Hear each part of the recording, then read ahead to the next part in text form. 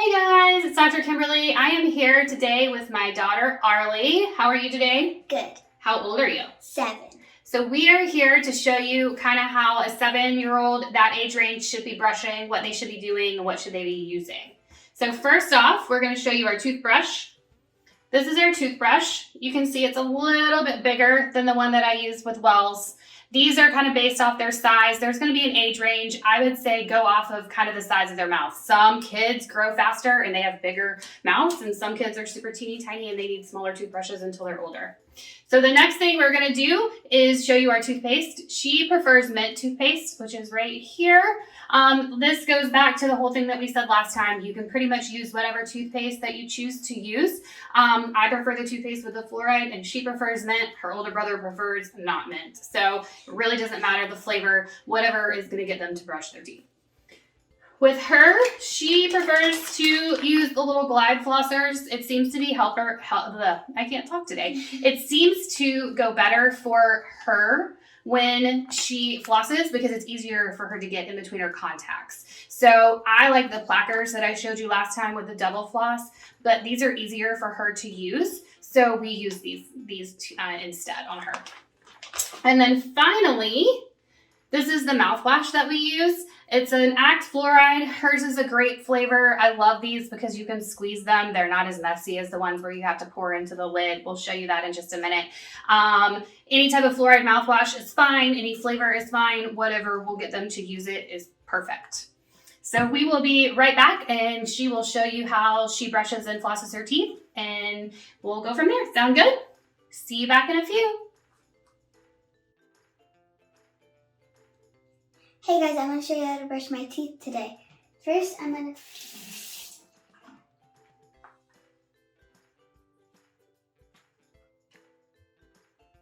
Just a little bit of toothpaste. That actually might even be too much. They don't need a lot of toothpaste either. They tend to go a little toothpaste happy at this age. She's going to put some water over it, and then she's going to show us how she brushes. You want to make sure that when you're brushing, you get all sides of your teeth. So you want to do the top, the bottom, and then the fronts and the backs of your teeth, and the chewing surfaces of your teeth.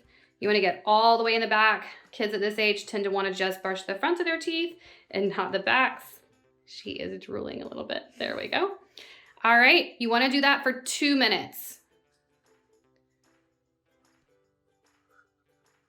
And then that's how we brush our teeth. You're gonna rinse your toothbrush off and spit in the sink. Perfect. And then the next thing she's gonna do is grab her floss.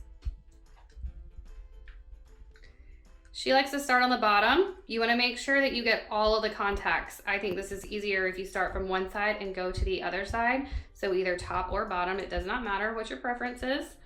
And then you got to get all of the teeth that are touching. At this age, in the front, sometimes they're missing teeth. Obviously, you cannot floss teeth that are missing. So you're going to floss the teeth that are there.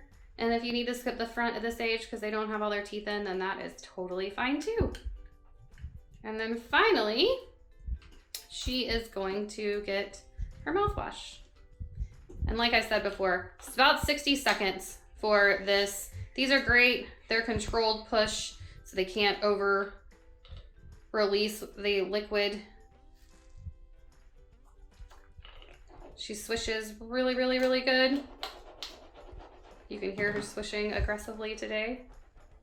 And then swish and rinse. Each of my kids have their own fluoride because they do tend to put their mouths on it, and then that way they're not sharing anything. All right. Bye. Hey guys, my mom wanted to show you one more thing about my mouth. All right, smile big for me. So I get a lot of questions about teeth at this age with them being crooked and the color change and all of that kind of stuff. So you can see down here, she has a tooth that is coming in crooked, open really big for a second. She is supposed to have, well, not that big. There you go. She is supposed to have 4 teeth here, and she clearly only has room for maybe 3. So right now we're just kind of waiting for these teeth to come in, And once the rest of these permanent teeth come in, then we can address it with some braces and get all of that straightened up. But right now we're in a holding pattern for her. And I know when teeth come in, especially like this one, a lot of parents have questions and concerns about them looking like that. But it is common for us to wait. I'm doing it with my own child. So just so you kind of see. The other thing that I have a lot of questions about is why our permanent teeth look so dark. So you can see she's got a prime example of dark, super light, dark, super light.